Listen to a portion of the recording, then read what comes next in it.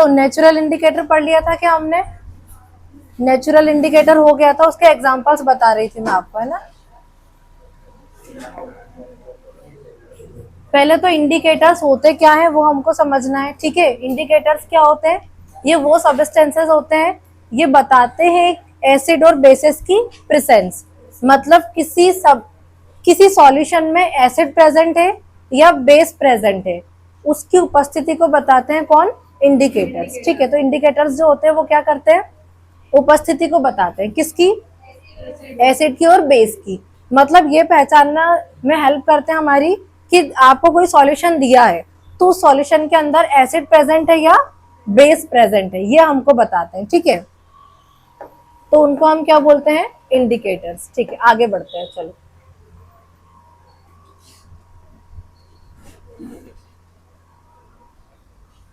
अच्छा, इंडिकेटर्स की डेफिनेशन हमने लिख ली थी, these are substances which change their colour and smell. ये वो सब्सटेंसेस होते हैं जो अपने कलर को और स्मेल को क्या करते हैं? चेंज करते हैं, किसके कांटेक्ट में आने पर? एसिड के या बेस के कांटेक्ट में आने पर ये अपने कलर को और स्मेल को क्या कर देते हैं? चेंज कर देते हैं, ठीक है। उसके बाद मैंने आपको बताया था नेचुरल इंडिकेटर क्या होता है। वो इंडिकेटर जो हमको कहाँ से मिलते हैं? नेचर से मिलते हैं, जो प्रकृति से मिलते हैं, जैसे पेड़ पौधे हो गए, है ना। चलो, तो इंडिकेटर्स क्या होते हैं? जो हमें किसी सब्सटेंस में एसिड प्रेजेंट है या बेस प्रेजेंट है ये बताते हैं, ठीक है। मान लो आपके पास आपको कोई सॉल्यूशन दे दिया, ठीक है, और आपसे ये बोला जा रहा है कि उस सॉल्यूशन के अंदर एसिड प्रेजेंट है या बेस, तो आपको उसको टेस्ट करने के लिए किसका यूज करना पड़ेगा? इंडिकेटर्स का। अब इंडिकेटर्स जो है ना वो आपके अलग अलग टाइप्स के होते हैं, है ना। जैसे 3 टाइप्स होते हैं इसके। पहला होता है नेचुरल इंडिकेटर, फिर होता है आपका सिंथेटिक इंडिकेटर, और एक होता है आपका मेन मेड इंडिकेटर, ठीक है। सिंथेटिक को ही मेन मेड बोलेंगे। एक होता है आपका ऑल्फैक्टरी इंडिकेटर। ऑल्फैक्टरी एक नेचुरल और एक सिंथेटिक, और सिंथेटिक का ही एक और नाम होगा मेन मेड इंडिकेटर, ठीक है। अब नेचुरल इंडिकेटर्स वो इंडिकेटर होते हैं जो हमें नेचर से मिलते हैं, प्रकृति से मिलते हैं। जैसे पेड़ पौधों से प्राप्त होने वाले जो इंडिकेटर्स होते हैं उन्हें नेचुरल इंडिकेटर्स बोलते हैं। अब उसमें अपन ने एग्जाम्पल लिखा था किसका? टर्मरिक का, है ना। नेचुरल इंडिकेटर में हमने एग्जाम्पल लिखा था किसका? टर्मरिक। टर्मरिक आप समझते हो? हल्दी। हल्दी एक नेचुरल इंडिकेटर है, क्यों? क्योंकि ये अपने कलर को चेंज करके हमें बताती है कि जो चीज जो जो भी सब्सटेंस है वो एसिड है या बेस है, ठीक है। अब देखो, जो हल्दी होती है ना, ये जब एसिड के कांटेक्ट में आएगी, किसके? ये जब एसिड के कांटेक्ट में आएगी हल्दी, तो क्या होगी? ये येलो ही रहेगी। जब एसिड के कांटेक्ट में आएगी तो येलो ही रहेगी, लेकिन जब ये किसके कांटेक्ट में आ जाए? बेस। जब ये बेस के कांटेक्ट में आ जाए तो ये कैसे हो जाएगी? रेड हो जाएगी, ठीक है। ये एग्जांपल आप देख सकते हो। जैसे आपके कपड़े पे कोई स्टेन लग जाता है ना, येलो कलर का हल्दी का कोई स्टेन लग गया, और जब आप उसको धोते हो तो आप उस पर सोप लगाते हो या डिटर्जेंट लगाते हो। अब वो सोप या डिटर्जेंट जो होता है ना, उसमें क्या प्रेजेंट होता है? बेस।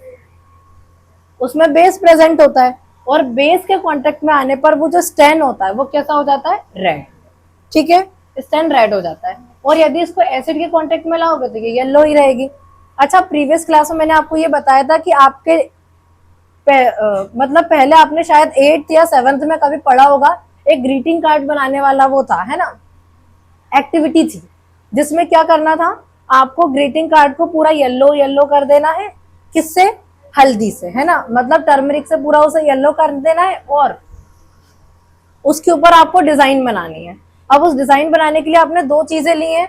या तो आपने क्या एसिड मिक्स करके कोई जूस ले लिया, लाइम जूस ले लिया, ठीक है। अब आप उससे डिजाइन बनाओगे तो डिजाइन बनेगी क्या? नहीं। क्यों? क्योंकि एसिड के कांटेक्ट में जब आती है हल्दी तो वो येलो ही रहती है, एसिड के कांटेक्ट में आती है तो वो येलो ही रहती है। लेकिन जब आप, जैसे आपने सोप सॉल्यूशन ले लिया, है ना, सोप सॉल्यूशन आप लोगे और उससे यदि आप डिजाइन बनाओगे तो रेड रेड कलर से उस पर डिजाइन बन जाए, ठीक है। तो ये हमारा एग्जाम्पल हो गया टर्मरिक। एक ये कौन सा है?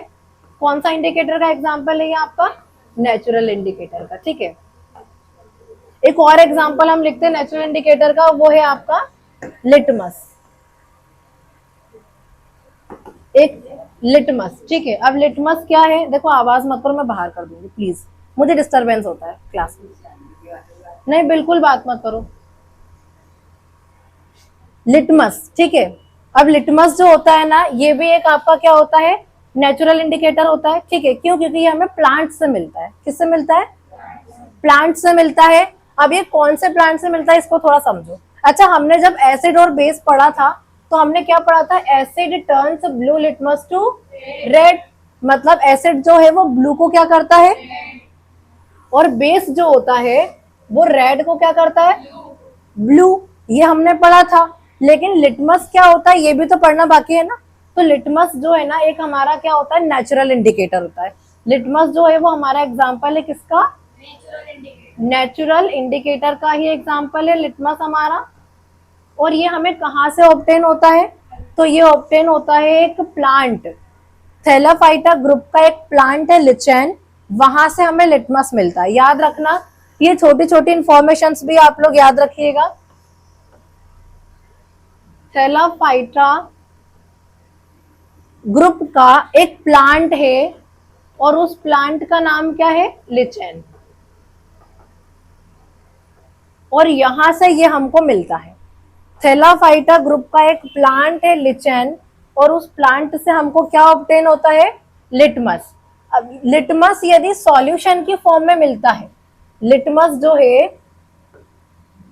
यदि सॉल्यूशन की फॉर्म में मिलेगा, तो कैसा सॉल्यूशन मिलता है? Purple dye. कैसा सॉल्यूशन मिलेगा? Purple dye. एक पर्पल कलर का डाई आपको मिलता है। पर्पल कलर का डाई आपको मिलता है, ठीक है। याद रखना, लिटमस कहाँ से ऑब्टेन होता है? पहले तो लिटमस एक नेचुरल इंडिकेटर है। ये थैलाफाइटा ग्रुप का एक प्लांट है लिचेन, वहां से ऑब्टेन होता है, ठीक है। और जब ये सॉल्यूशन की फॉर्म में मिलता है, तो ये पर्पल कलर का डाई होता है, ठीक है। सॉल्यूशन की फॉर्म में क्या होता है? ये पर्पल कलर का डाई। और पेपर्स की फॉर्म में ये दो टाइप के पेपर की फॉर्म में मिलता है। पेपर्स की फॉर्म में ये दो टाइप के पेपर की फॉर्म में मिलता है, एक रेड लिटमस पेपर और एक ब्लू लिटमस पेपर, ठीक है। ये लिटमस के बारे में इंफॉर्मेशन है कि लिटमस जो है वो नेचुरल इंडिकेटर है। थैलाफाइटा ग्रुप का प्लांट लिचेन से ये मिलता है।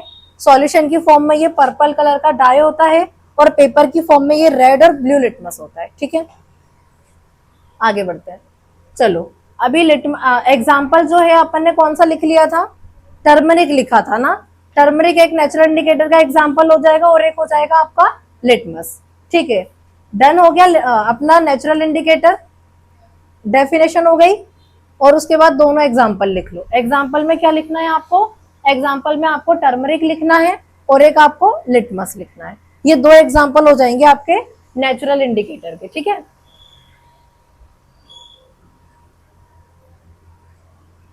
लिख लीजिए। ये दोनों एग्जाम्पल आपके नेचुरल इंडिकेटर के नाम लिख लीजिएगा। एक तो लिखना आप टर्मरिक, और एक लिखना आप लिटमस, ठीक है। ये दोनों एग्जाम्पल हैं आपके। इसको नोट डाउन करो, टर्मरिक को और लिटमस को। और ये डिटेल याद रखना कि लिटमस हमें कहाँ से मिलता है, ठीक है।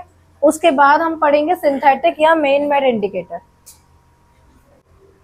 ये डिटेल इसलिए लिख लेना ताकि आपको याद रहे कहाँ से ये ऑब्टेन होता है, ठीक है। वैसे बुक में भी ये डिटेल में दिया हुआ है, जब आप बुक पढ़ेंगे तो उसमें वो डिटेल में दिया है। जल्दी कीजिए, फास्ट थोड़ा।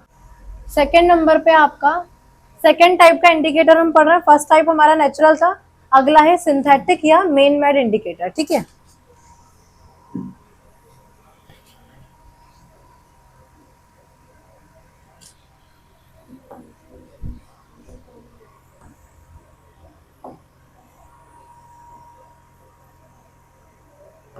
सिंथेटिक या आप बोल सकते हैं मैन मेड इंडिकेटर। इसमें लिखना आप an indicator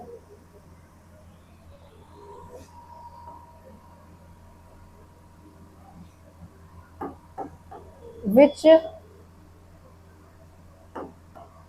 is prepared by artificial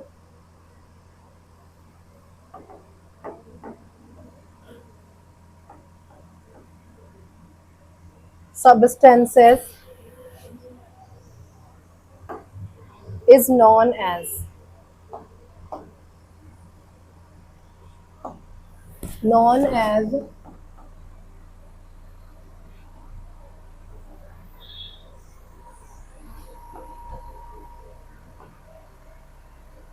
synthetic indicator.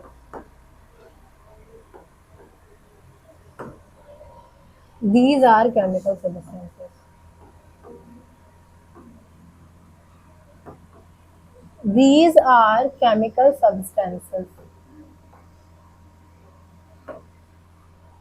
These are chemical substances. देखो वो इंडिकेटर्स जो हमें जो कैसे मिलते हैं, an indicator which is prepared by artificial substances, वो इंडिकेटर जो आर्टिफिशियल सब्सटेंसेस से बनते हैं, ठीक है, नॉन एज सिंथेटिक इंडिकेटर, उन्हें क्या बोलेंगे, synthetic indicator. These are chemical substances, ये केमिकल सब्सटेंसेस होते हैं, इनको हमारे द्वारा ही बनाया जाता है लेबोरेटरीज में, इसलिए इसे हम क्या बोलते हैं, मैन मेड इंडिकेटर. ठीक है, और एग्जाम्पल में आप लिखना, इसके दो एग्जाम्पल्स में लिखवा रही हूं आपको. एक मैथिलीन ऑरेंज,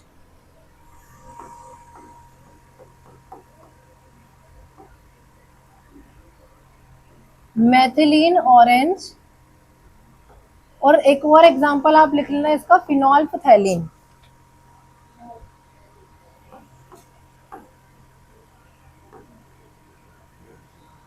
फिनोल्फथैलीन,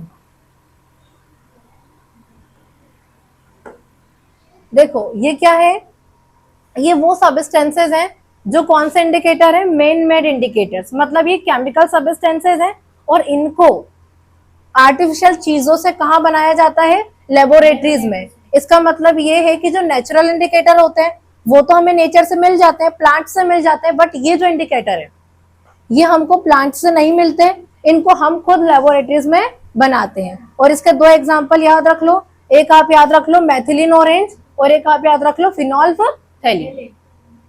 अब जैसे ये मैथिलीन ऑरेंज है, ये भी अपने कलर को चेंज कर लेगा, एसिड के कांटेक्ट में आएगा तो इसका कलर कुछ और होगा, बेस के कांटेक्ट में और चेंज हो जाएगा.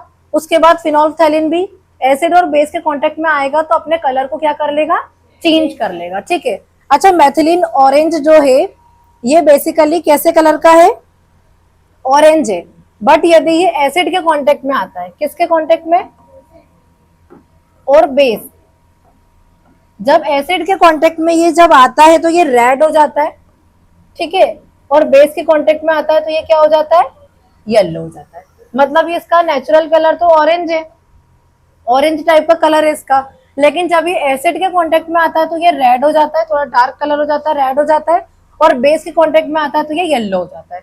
तो हमें पता चल जाएगा यदि येलो हुआ इट मीन्स हमने इसमें कोई चीज ऐड की है, वो क्या है, बेस है, और यदि ये रेड हुआ इट मीन्स जो हमने चीज ऐड की वो एसिड है. चलो अब ये फिनोल्फथैलीन जो होता है ये भी अपने कलर को चेंज करता है, ये क्या हो जाता है, बेस के कांटेक्ट में आने पर पिंक और एसिड के कांटेक्ट में आने पर कलरलेस. ये जब बेस के कांटेक्ट में आएगा तो ये पिंक कलर का हो जाएगा, और जब ये एसिड के कांटेक्ट में आता है तो ये कलरलेस हो जाता है. अच्छा, कलरलेस का मतलब होता है रंगहीन, जिसमें कोई कलर नहीं होता. तो जब ये बेस के कांटेक्ट में आता है तो ये पिंक कलर का हो जाता है, और एसिड के कांटेक्ट में आता है तो ये कलरलेस हो जाता है. ठीक है, तो ये मैथिलीन ऑरेंज और फिनोल्फथैलीन ये दोनों ही एग्जांपल्स आप याद रखना, कौन से इंडिकेटर में, सिंथेटिक या मेन मेड इंडिकेटर. और ये वो इंडिकेटर्स है जिनको प्रिपेयर किया जाता है कहाँ, लेबोरेटरीज में, लेबोरेटरीज में प्रिपेयर किया जाता है, वो भी आर्टिफिशियल सब्सटेंसेस से, और ये नेचुरल सब्सटेंस नहीं होते जो हमें प्लांट से ऑब्टेन हो, ये नेचुरल सब्सटेंसेस नहीं है, ये केमिकल सब्सटेंसेस है. ठीक है, फॉर एग्जाम्पल आप याद रख लो मैथिलीन ऑरेंज और फिनोल्फथैलीन. मैथिलीन ऑरेंज एसिड के कांटेक्ट में आने पर रेड हो जाता है, बेस के कांटेक्ट में आने पर येलो हो जाता है. फिनोल्फथैलीन एसिड के कांटेक्ट में आने पर कलरलेस होता है, और बेस के कांटेक्ट में आने पर ये पिंक हो जाता है. नोट कर लीजिए. थर्ड वाला अपन पढ़ेंगे ऑल्फैक्टरी इंडिकेटर. इतना पढ़ो फास्ट, लिख लो, नोट डाउन कर लो. चलिए डन, लिख लिया सभी ने. चलो अगली थर्ड नंबर पे आप हेडिंग डालिए ऑल्फैक्टरी इंडिकेटर फास्ट. लिखा आपने, these substances have different odour in acids and bases. अच्छा, ओडर मतलब होता है स्मेल। अभी तक हम जो दो इंडिकेटर पढ़ रहे थे, एक नेचुरल पढ़ा और एक मेन मेड पढ़ा, इन दोनों में क्या देखा था हमने, ये अपने कलर्स को चेंज कर रहे थे, है ना। लेकिन ये जो ऑल्फैक्टरी वर्ड जो होता है ना, ऑल्फैक्टरी, ये रिलेटेड होता है स्मेल से। किससे? स्मेल से। तो ऑल्फैक्टरी इंडिकेटर वो इंडिकेटर होते हैं जो एसिड और बेस के कांटेक्ट में आने पर अपनी स्मेल को चेंज करते हैं। यहाँ पे अपन ने लिखा है ना ओडर, ओडर मतलब होता है स्मेल। चलो इसी में कंटिन्यू करते हैं। सिंथेटिक या मेन मेड हो चुका है अपना। चलो अब थर्ड नंबर पे हम करेंगे ऑल्फैक्टरी इंडिकेटर। थर्ड नंबर पे आप लिखेंगे ऑल्फैक्टरी इंडिकेटर।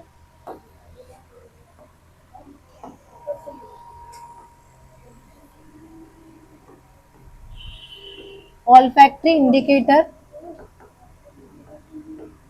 अब ये जो वर्ड लिखा हुआ है ना ऑल्फैक्टरी, ऑल्फैक्टरी वर्ड जो लिखा हुआ है ना, ये किसके लिए शो करते, मतलब किसके लिए लिखते हैं हम? स्मेल के लिए।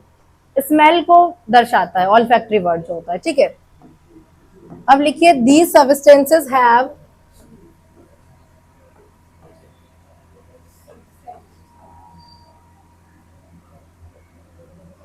Different order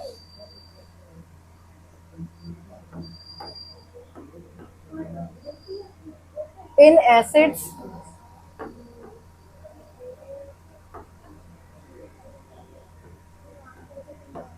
these substances have different odor in acids and bases। In substances की स्मेल जो है वो एसिड में अलग हो जाती है और बेस में अलग। एसिड में इनकी डिफरेंट स्मेल होगी और बेस में अलग होगी। चलो एग्जाम्पल लिखो आप लोग।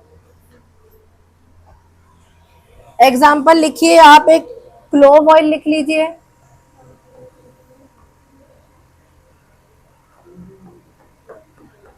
फर्स्ट एग्जाम्पल आप लिख सकते हो क्लोव ऑयल।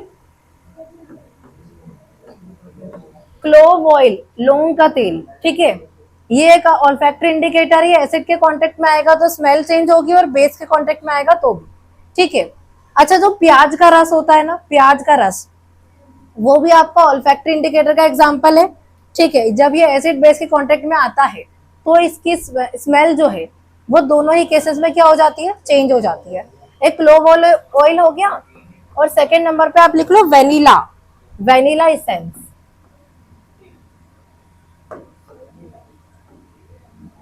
हाँ, वेनिला इसेंस, ये भी आपको ऑल्फैक्टरी इंडिकेटर का एग्जांपल है। ये भी अपनी स्मेल को क्या कर लेता है? चेंज कर लेता है इन एसिड एंड बेसिस, ठीक है। तो ऑल्फैक्टरी इंडिकेटर्स वो इंडिकेटर्स होते हैं जो अपने ओडर, ओडर मतलब कि अपनी स्मेल को चेंज कर लेते हैं एसिड के कांटेक्ट में आने पर और बेस के कांटेक्ट में आने पर।